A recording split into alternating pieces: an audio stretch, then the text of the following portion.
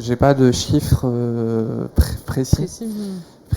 Enfin, il y en a, mais on sait très bien qu'ils sont sous-évalués et sous-estimés, parce que pour qu'il y ait un chiffre, il faut qu'il y ait un dépôt de plainte ou donc Mais en tout cas, ce que je peux dire, nous, enfin en tout cas pour nous, pour l'association, puisqu'on travaille du coup avec le public rom, c'est que de plus en plus au niveau national, le racisme anti-rom est en train de se préciser.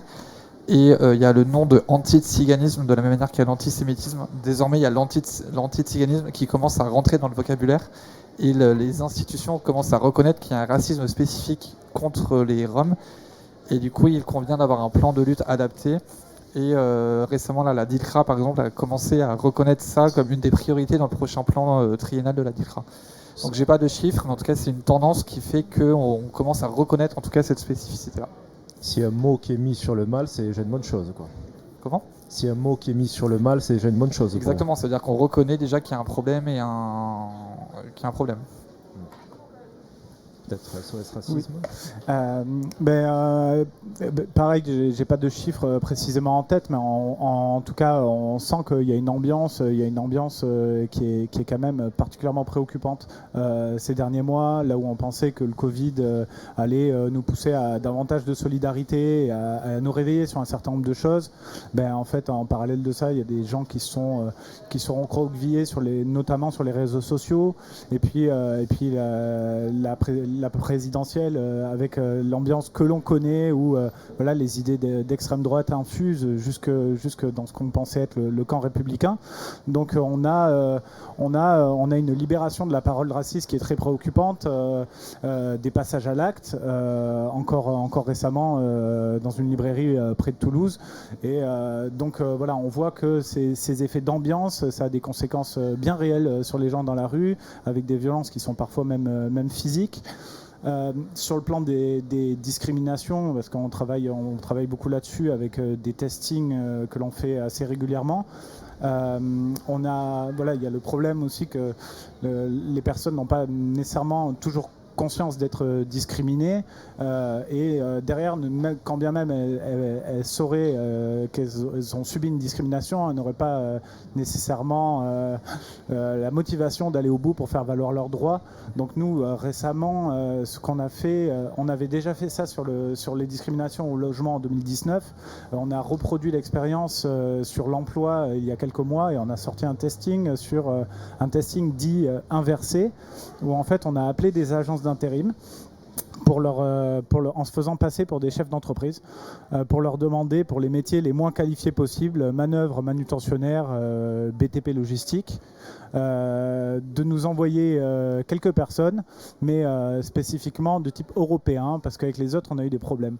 Et donc on a enregistré les réponses. Et on a eu un taux de complicité à la discrimination qui était quand même assez affolant, de l'ordre de 40%, si mes souvenirs sont bons. Donc on voit que les gens savent parfaitement que c'est illégal, mais s'y plient, soit par pression économique, de vouloir faire du résultat, avoir des clients après le Covid, et certains même par complicité, je dirais, idéologique, à les dire ah oui, je vous comprends tellement. Donc on voit qu'on est loin d'avoir fait le tour du sujet du racisme et des discriminations, et l'ambiance actuelle nous aide absolument pas. Justement, avec la montée en France, comme on le disait, de certains discours politiques justement à ces niveaux-là, quelles sont les difficultés auxquelles vous pouvez être confrontés en tant qu'association ? Alors moi j'arrive en fait avec plutôt un côté positif. On a organisé le 5 mars dernier un colloque débat sur le féminisme dans les quartiers populaires. Et ça a été une énorme surprise de voir que non seulement le public habituel de personnes entre guillemets de l'élite venaient nous voir, mais également des personnes des quartiers populaires, des habitants du quartier des Isards qui se sont réellement intéressés à la question. Et ça a été une très belle surprise, parce que c'est généralement le public qu'on a du mal à mobiliser sur des débats dans ce genre-là. Mais l'association Tactique Collectif pousse aussi à faire comprendre que les quartiers populaires ne sont pas des déserts politiques, mais bien au contraire. Et ça nous l'a bien prouvé. Donc c'était une très belle surprise. Tout ça pour dire que oui, il y a des difficultés, mais apporter aussi le débat et la parole là où il n'existe pas, où on ne l'emmène pas, c'est aussi très important. Moi aussi, je vais réagir sur du positif, puisque nous, l'association est dans une dynamique positive, justement, puisque nous, rencontre-nous la parole au premier concerné. Donc du coup, l'équipe est exclusivement, à part moi qui suis bénévole, mais les salariés et volontaires en service civique sont tous des jeunes Roms qu'on accompagne. Et donc à travers leur expérience et leur quotidien, c'est des belles histoires positives du coup. Et c'est eux qui prennent ou reprennent la parole dans les débats. Alors, donc c'est pas facile parce que effectivement il y a une explosion des débats, des préjugés, etc. au quotidien. Mais eux, quand ils montent au charbon et qu'ils vont faire des débats, des interventions, etc., à travers leur histoire et leur parcours, c'est eux qui arrivent à changer le regard. Alors c'est pas facile tous les jours parce que on a un mur devant nous. Mais la tendance aussi, en tout cas en ce moment, je trouve qu'elle est vraiment dans cette parole où c'est vraiment les premiers concernés, quel que soit le public racisé ou pas, qui s'expriment. Et donc je trouve que c'est chouette d'être dans cette démarche-là. Et qu'il n'y a qu'eux qui vont pouvoir, en partie, qui vont pouvoir contrer les discours, tout ce qu'on entend. On rappelle que votre action, c'est l'insertion des jeunes Roms par le travail, un truc comme ça, ou par les projets. Par la culture et l'éducation, essentiellement. Et par le travail, parce qu'on accompagne les jeunes en service civique. Mais d'accord. Qui n'est pas un travail, pardon. Parce que je rejoins vraiment tout ce qui vient d'être dit. Et justement, à ce propos, on a un événement lundi soir au pavillon République, dans l'enceinte du conseil départemental. C'est l'étape toulousaine d'un Tour de France que l'on mène depuis 3 ans, d'un projet qui s'appelle Salam Shalom Salut. Et en fait qui vise à lutter déjà, d'où le titre, contre les assignations identitaires. De dire en fait je peux être arabe et me battre contre l'antisémitisme que subit mon pote juif. Je peux être juif et me battre contre le racisme, contre les discriminations. En fait, on est tous ensemble dans cette barque-là et on n'est pas obligé à se taper les uns sur les autres.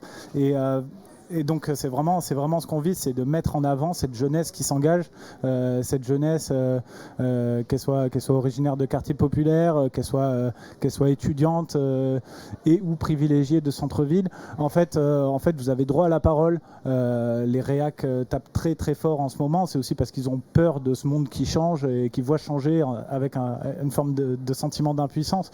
Donc si une difficulté que l'on rencontre, c'est peut-être en termes de médiatisation, où on déplore depuis des mois maintenant qu'une personne comme Éric Zemmour est invité toutes les 3 minutes sur un plateau de télévision sans jamais, avec une certaine forme de complaisance même, sans jamais être qualifié de raciste, alors même qu'on l'a fait condamner plusieurs fois pour incitation à la haine raciale. Donc objectivement, la personne pourrait être présentée comme un raciste. Et à côté de ça, quand des jeunes s'engagent, quand des jeunes prennent la parole, quand des jeunes ont des propositions sérieuses à mettre sur la table pour améliorer le quotidien de toutes et tous dans ce pays, en fait, ça n'intéresse pas grand monde.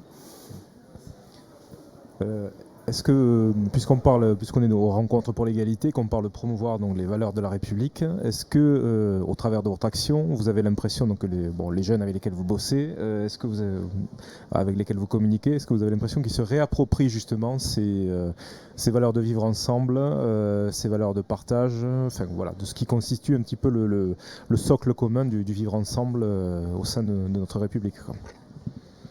Alors nous, Tactique Collectif, on travaille beaucoup avec les associations de quartier, dont une que vous avez rencontrée qui s'appelle les Aratitudes, qu'on a accompagné un peu dans son développement.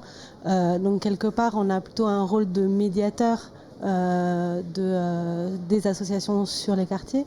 Par contre, on participe également à un programme qui est mené par le département qui s'appelle le Parcours laïque et citoyen, dans lequel on intervient dans des écoles.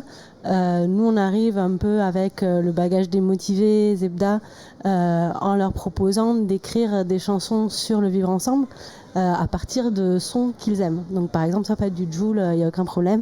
Et on va donc reprendre le son en y mettant leurs paroles sur le vivre ensemble. Et c'est étonnant de voir que malgré l'âge, je pense aussi que la crise Covid a fait son petit effet, mais il y a des vrais ressentis qui sortent. Et c'est étonnant, mais c'est à la fois beau aussi, surtout dans des quartiers qui sont un peu compliquées, Bordeaux Rouge, l'Union, bon. Et donc on a un panel d'élèves qui sont d'origine toutes différentes. On va chacun leur permettre de mettre les paroles dans leur langue maternelle ou pas dans ces chansons-là. Et c'est une très belle expérience. Peut-être. C'est un projet qu'on a de très très très longue haleine. C'est-à-dire qu'au quotidien, je leur dis pas qu'on fait un projet pour l'égalité, pour la liberté, pour la fraternité. C'est des choses qu'on a tout de suite pris avant de faire toutes les actions qu'on a faites. On a déjà commencé à comprendre le sens qu'avait pour les jeunes qu'on accompagne, ce qu'était pour eux la liberté, l'égalité, la fraternité, ce que la loi disait, ce qu'était notre vision, mais comment eux la ressentaient. Et à travers tout ce qu'on a récolté comme matière et comme témoignage ou comme expérience souvent malheureuse pour eux, on fait plein de projets qui permettent d'avancer vers ça. Alors je ne sais pas s'ils en ont pleinement conscience encore aujourd'hui, parce que c'est un cheminement intellectuel et qui est citoyen, qui pour n'importe quel jeune d'ailleurs est long.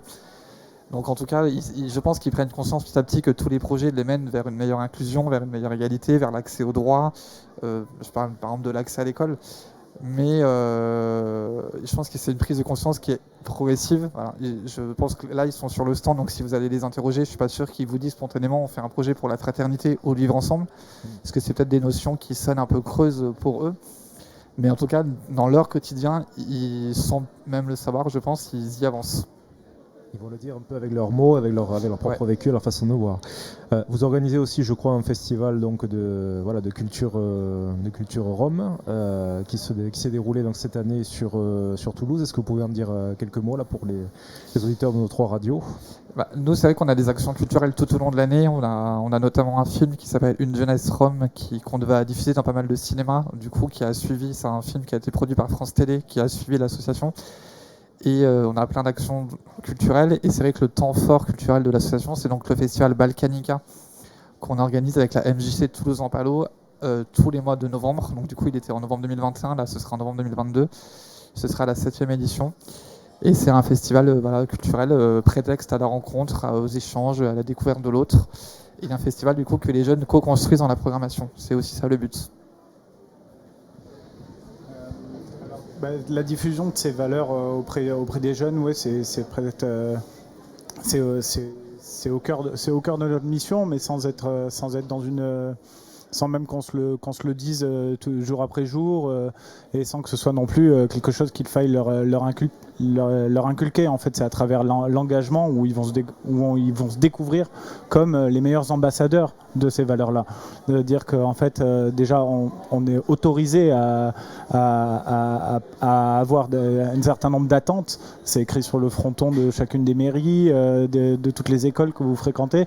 En fait, à partir du moment où on réclame l'égalité pour toutes et tous, que nous, on fait l'expérience de la fraternité dans notre quotidien militant, en fait, on en devient porteur sans bien même qu'on ait besoin de le théoriser ou autre. Donc nous, de notre point de vue, on est du côté le camp de la République. En fait, c'est nous, quoi qu'en disent certains esprits malveillants, et les jeunes partent à la découverte justement et en font l'expérience sans qu'on ait besoin même d'axer quelques interventions spécifiquement là-dessus. En tout cas, on n'est pas du tout dans cette approche-là. Le rôle aussi de vos associations pour les jeunes, c'est de leur ouvrir des espaces de parole. C'est ça qui est peut-être le plus important, parce que justement, est-ce qu'ils ont accès à tout ce moment de parole? Est-ce qu'eux ont accès à ça régulièrement, ou ça fait vraiment ponctuellement? Et je pense que c'est le rôle de vos associations aussi de créer ces espaces pour eux. Le but, c'est de justement recréer ces espaces. Enfin, je prends un exemple, on est en plein centre-ville. Sans l'association, les jeunes qu'on accompagne n'étaient jamais venus au Capitole. Alors, on ne parle même pas de rentrer dans un musée ou autre, ou un théâtre où il y a la barrière de la porte. Là, d'aller dans le centre-ville, qui est le plus accessible possible, qui est gratuit, et la plupart des jeunes ou des habitants du terrain, sans l'association, n'y étaient jamais allés jusqu'ici. Donc, ils s'étaient jamais appropriés ou réappropriés leur territoire, leur espace. Donc, effectivement, déjà, de pénétrer dans tous les lieux qui font la ville, qui font la vie, où il y a une réelle participation, ça, c'est déjà un acte de citoyenneté. Et je rejoins ce que tu disais, on ne dit pas ça c'est égalité, liberté, fraternité. Il y a on le fait, c'est notre quotidien, c'est notre engagement du quotidien sans avoir à verbaliser systématiquement. Et je rejoins la question précédente sur la difficulté. Des fois même la difficulté, ce serait que les institutions qui nous soutiennent valide le fait que notre engagement et notre quotidien, c'est ça. Et c'est pas parce qu'on le verbalise pas comme liberté, égalité, fraternité qu'on n'a pas des projets qui mènent vers la liberté, l'égalité et la fraternité. Et il y a des décalages comme ça, des fois où on a du mal à se comprendre, alors que notre quotidien et notre cœur de métier, c'est la liberté, l'égalité, la fraternité et la laïcité. Est-ce que vous pensez qu'à la limite, le discours donc, sur ces valeurs-là doit être sous-jacent plutôt que littéral? Est-ce qu'il faut en anglais on dit imply thing. Est-ce qu'il faut le sous-entendre, dire plus par son action que par le verbe, ou comment est-ce qu'on À partir du moment où on estime que nos associations travaillent pour l'intérêt général, je pense que déjà on a répondu à la question. À partir du moment où on s'engage pour faire en sorte de favoriser le vivre ensemble, on a répondu à la question, c'est-à-dire que créer des espaces de parole, on a la liberté, parler de Roms ou de populations issues de l'immigration, on a la fraternité aussi parce que c'est reconnaître notre histoire. Donc je pense que si on ne va pas répondre à la liberté, égalité, fraternité, on va répondre à des questions plus vastes et qui sont peut-être plus douloureuses qu'un discours qui serait un peu plat. Nous, on va chercher là où ça fait mal et c'est peut-être ça qui fait notre force. Dans l'association, par exemple, on n'utilise pas le mot vivre ensemble. Et, moi, je le bannis, je le déteste ce mot parce que je trouve qu'il ne veut rien dire. C'est un mot galvaudé que tout le monde utilise. Et alors c'est un mot que les institutions aiment beaucoup, le vivre ensemble, c'est comme lien social, il faut le mettre à toutes les sauces. Mais la question c'est, au-delà des mots, c'est comment on vit ensemble et qu'est-ce qu'on fait pour vivre ensemble. Et on sort du one-shot, on sort d'une intervention, on s'inscrit dans la durée, on s'inscrit dans le temps long. Donc ça aussi c'est un discours qui n'est pas toujours entendable de la part des partenaires ou des gens qui nous soutiennent parce qu'ils veulent un effet immédiat. Mais on sait très bien que tous les sujets qu'on évoque aujourd'hui, ça s'inscrit quand même dans une temporalité qui n'est pas partagé par tout le monde, mais il faut prendre le temps et je me souviens plus de la question. Non, moi je voulais rebondir aussi, tout à l'heure c'était intéressant, on parlait de la visibilité aussi. Notamment, moi, je voulais aborder un sujet qui est la gentrification. En ville, on voit de plus en plus, justement, qu'il y a certaines populations qui sont mises à l'écart du centre-ville. Voilà. Donc, avec la montée en plus des discours qu'il y a en ce moment, c'est vraiment super. On est au top, notamment avec les petites installations anti-SDF de la mairie, que je salue. Qu'est-ce que vous pensez, justement, de cette non-visibilité aussi des certaines minorités en centre-ville? Quel impact ça a aujourd'hui, par exemple, sur les jeunes, tout simplement, on ne voit pas certaines choses, en fait, dès qu'ils ne sortent pas de leur centre-ville. La distance géographique et puis même dans les conceptions du monde, en fait, c'est le meilleur terreau possible pour développer des peurs, des stéréotypes, des préjugés, et qui derrière, en fait, sont aussi une des causes de la situation dans laquelle nous nous trouvons aujourd'hui. C'est en fait, quand ne serait-ce que si certaines populations sont rejetées constamment à la périphérie et que les quelques fois où, parce que pour revenir sur la période assez récente, les quelques fois où ils vont allumer la télé, en fait c'est pour se faire insulter. Forcément derrière, après on a beau lancer toutes les initiatives du monde pour lutter contre machin, patin, couffin, le séparatisme, je ne sais pas quoi. En fait, c'est qu'il y a quand même collectivement une grosse défaillance dans une des missions premières qui est d'assurer l'égalité entre toutes et tous les citoyens et les citoyennes. Et donc c'est totalement regrettable parce que c'est encore une fois c'est par l'expérience et le vécu que ces valeurs vivent et qu'on peut se projeter, les renouveler, les réinventer constamment et se les approprier pour qu'elles continuent de faire cette identité politique qu'est l'identité française et qui est belle. Enfin, moi, je veux pas d'une France qui serait une France de 1910 en fait. Et je pense que même ceux qui en font la promotion ne savent même pas de ce dont ils parlent. Donc en fait, on est quand même mariés avec la France qu'on a aujourd'hui, et on a des beaux principes. Qui sont sur le papier et sur les frontons. Maintenant, concrètement, qu'est-ce qu'on en fait? Voilà, c'est pas en créant des séparations, que ce soit géographiques ou même dans les conceptions du monde et même dans les approches, parce tu as évoqué la tendance à labelliser systématiquement. En fait, nous, par exemple, quand on fait des interventions au milieu scolaire, en fait, on n'est pas là pour faire du redressement. On n'est pas là pour aller que dans certains types de quartiers et expliquer à certaines classes que être homophobe ou être antisémite, c'est pas bien. En fait, on n'est pas là pour ça. Et en fait, on fait comment quand, pendant ce temps-là, à HEC, il y a du harcèlement raciste, il y a des blagues douteuses qui sont faites 24 heures sur 24. Eux, ça va, ils peuvent devenir racistes pendant ce temps-là. Personne ne s'en préoccupe. Non, il faut s'occuper de tout le monde en même temps. Et puis la meilleure façon même de s'éviter tout ce travail-là en amont, c'est de faire en sorte que les gens se rencontrent et que les gens aient des perspectives, en fait, s'ouvrent au monde, et c'est valable pour le centre comme pour la périphérie. Au passage, au total en 2021, la police et la gendarmerie ont enregistré 6300 crimes au délit et 6200 contraventions à caractère raciste, désignant des actes commis, je cite, en raison de l'ethnie, de la nation, d'une prétendue race ou de la religion. Ça constitue donc une augmentation de 13% des crimes au délit et de 26% des contraventions par rapport à 2019, étant donné que les forces de l'ordre ne comptent pas l'année 2020 à cause des statistiques faussées par la pandémie. Voilà. Encore une fois, il faut faire attention parce que c'est là où il y a eu un dépôt de plainte. C'est-à-dire que le racisme ne se limite pas qu'à ce chiffre, oui. Et qu'il y a ce que disait tout à l'heure, c'est que toutes les personnes qui sont victimes de discrimination ou d'actes racistes au quotidien qui ne portent pas plainte, parce qu'elles ne le ressentent peut-être pas aussi, il y a aussi ce racisme intériorisé qui est très déplorable, ne rentre pas dans ces statistiques. Donc c'est certes un outil qui permet quand même d'avoir une idée à peu près, une première base, mais je pense à titre personnel qu'on est très très très loin la réalité est très très très loin de ce chiffre. C'est que la partie émergée de l'iceberg, comme on dit. On dit que 5% des victimes qui portent plainte seulement, quoi. 5%.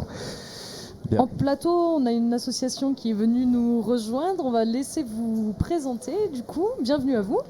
Merci beaucoup. Du coup, je m'appelle Doro Alice. Je suis en représentation de l'association Y Occitanie. Et Y Occitanie, c'est une association d'éducation à la citoyenneté mondiale. Et aujourd'hui, dans le cadre de la rencontre pour l'égalité, on présente un peu notre axe qui s'appelle un anniversaire citoyen. Et on a une exposition immersive qui s'appelle Nous d'ailleurs, qui arrive à Toulouse entre les 12 et les 16 avril. Mais aussi, on sera à Albi. Et en fait, l'idée, c'est de regarder le monde avec d'autres lunettes, de construire ces regards négatifs qu'on pourrait avoir des migrants et migration. Et c'est une exposition immersive qui dure 1h30, qui se fait par des petits groupes. Donc l'idée, c'est de s'amuser et en même temps de comprendre, de se mettre à la place des personnes qui arrivent, comme moi, et de pouvoir comprendre en fait ce qu'il y a derrière. Et voilà. Donc, dans ce contexte un peu particulier, avec une guerre, pour ainsi dire quasiment à nos portes, donc, et des flux de réfugiés qui fuient leur pays. Bon, évidemment, je parle des Ukrainiens, et certaines déclarations d'hommes politiques qui parlent, si jamais ces Ukrainiens arrivaient jusque chez nous, d'immigration, je cite, de qualité. Qu'est-ce qu'on peut, comment est-ce qu'on peut jauger donc de la considération des migrations dans notre pays encore aujourd'hui? Question d'actualité.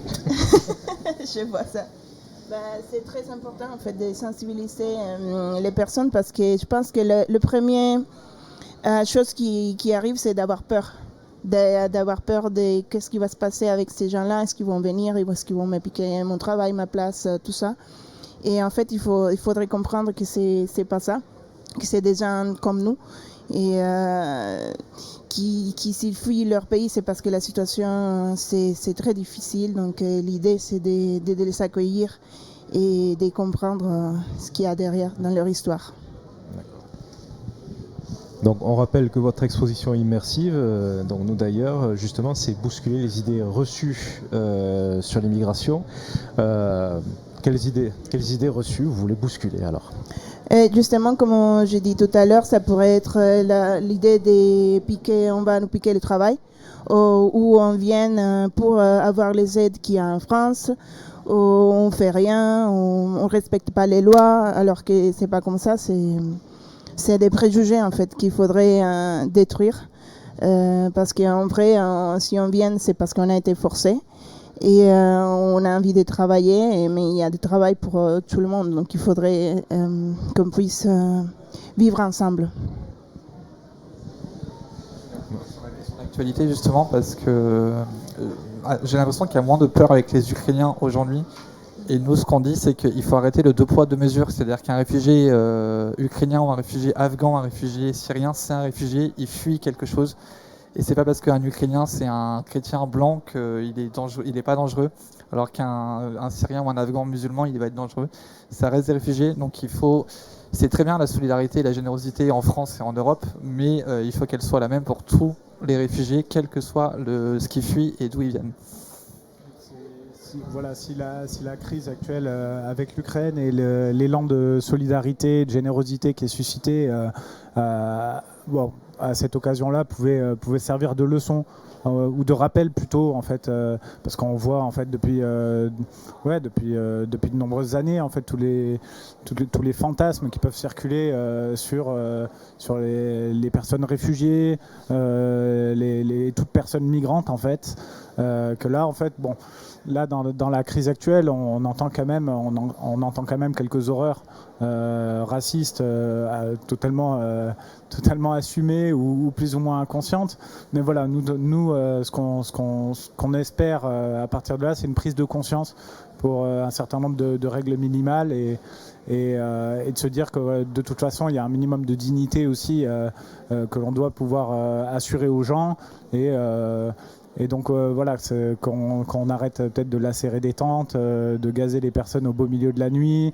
d'interdire de leur distribuer de la nourriture et de criminaliser l'action des ONG sur le terrain. Qu'on se souvienne de ce que ça nous a fait quand ça s'est passé un petit peu plus près de chez nous et qu'on a pu s'identifier et compatir, qu'on s'en souvienne pour les autres.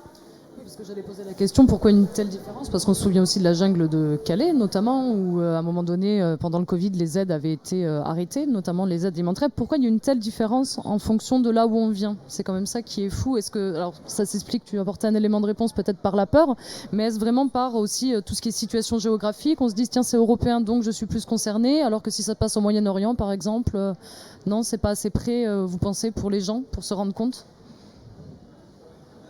de cette peur-là, justement, de ce qu'on dit, la grande peur de la migration, etc. Mais je pense que comme toutes les peurs, ça sort de quelque chose qu'on ne connaît pas. Et comme on sait en Europe, quand on est à l'école, on entend parler de ces pays-là, alors que si c'est en Afrique ou en Amérique latine, on n'entend pas forcément. Donc en fait, on a peur de ce qu'on ne connaît pas. C'est pour ça qu'on insiste dans des journées, des expositions comme celle-là, ou des journées comme aujourd'hui. C'est très important de connaître ce qui est plus loin de nos frontières. Je pense que c'est des considérations culturelles parce que par exemple les Roms qui viennent de Roumanie, c'est l'Europe, mais c'est pas la même culture. Et du coup on a peur de ce qui ne nous ressemble pas. Et les Ukrainiens blancs qui fuient l'Ukraine, ça nous ressemble parce que c'est des Roms roumains qui ont une culture qui n'est pas la même que la nôtre, ça nous fait peur. Des Syriens, c'est une culture différente. Les Afghans, c'est une culture différente. Et comme on ne connaît pas, on a peur et du coup, on s'enferme dans des préjugés et c'est plus facile de dire on n'en veut pas que de prendre le risque de connaître et, dans le meilleur des cas, d'apprécier. Oui, la médiatisation aussi peut-être qu'il y a autour de ça, par exemple. Enfin, je sais qu'on en entend beaucoup parler, beaucoup d'hommes politiques se jettent justement sur la question, alors que concrètement, pendant d'autres conflits, on l'a moins vu ou ça a été moins exposé. Je parle de rappel utile, c'est parce qu'en fait, au-delà de cette proximité, qu'elle soit culturelle, géographique, il y a aussi la question de la compassion ou en fait de l'identification en tant qu'être humain, de quelqu'un, le pourquoi de la convention internationale du statut de réfugié. En fait, je suis là avec mes enfants, il y a des bombes qui tombent sur ma maison. Du coup, je vais un peu plus loin. En fait, il y a quelque chose qui devrait tomber sous le sens et puis en fait, on a entendu tout et n'importe quoi, voilà, et qui était d'ailleurs avec une certaine mauvaise foi, qui s'est développée en parallèle des théories conspirationnistes sur le grand remplacement et autres. Donc voilà, que cette crise en Ukraine qui est surmédiatisée, effectivement, remette un petit peu les pendules à l'heure et de dire le pourquoi de cette convention internationale.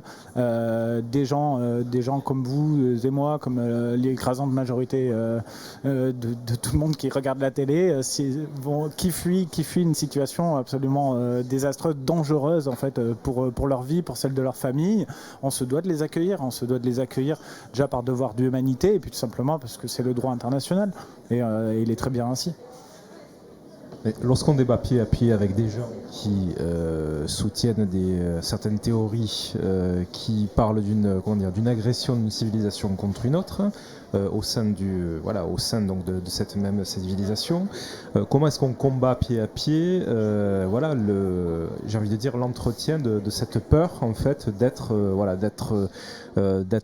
grand remplacé et d'être quelque part de recevoir une certaine déchéance sociale ou culturelle ou identitaire. Comment est-ce qu'on combat ces arguments-là qu'on oppose et qui, en temps de tension, en temps de crise, trouvent une certaine assise dans la société, quoi. Je pense que là, poser le débat en termes de civilisation, à mon sens, c'est pas vraiment le débat. Dans le sens, parler de civilisation est un masque pour parler en fait de race, parce que en fait, quand avant-hier, ils préféraient aller s'entraîner au tir dans les pays de l'Est et mieux s'acclimater à cette culture à l'Est qui est plus sur des valeurs traditionnelles que ce qu'on peut connaître ici à l'Occident avec la société de l'information, de la communication plus américanisée quelque part. Là, pour le coup, leur civilisation à eux, elle était plus à l'Est. Donc quand on va parler de civilisation en opposant à une civilisation musulmane, pour dire les choses, parce que c'est ce qu'ils utilisent pour justifier ce type de délire. En fait, ils sont en train de dire les blancs contre les autres, le nord contre le sud.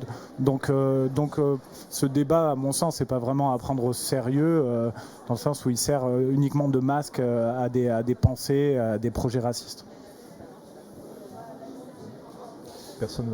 Nous, juste sur comment on fait, on a les jeunes premiers concernés qui, à travers leur histoire, leur expérience, leur engagement, leur quotidien, justement viennent contrer tous les préjugés en disant les étrangers viennent en France pour les allocations, non, et à travers leur histoire, ils viennent montrer que ce préjugé-là est faux.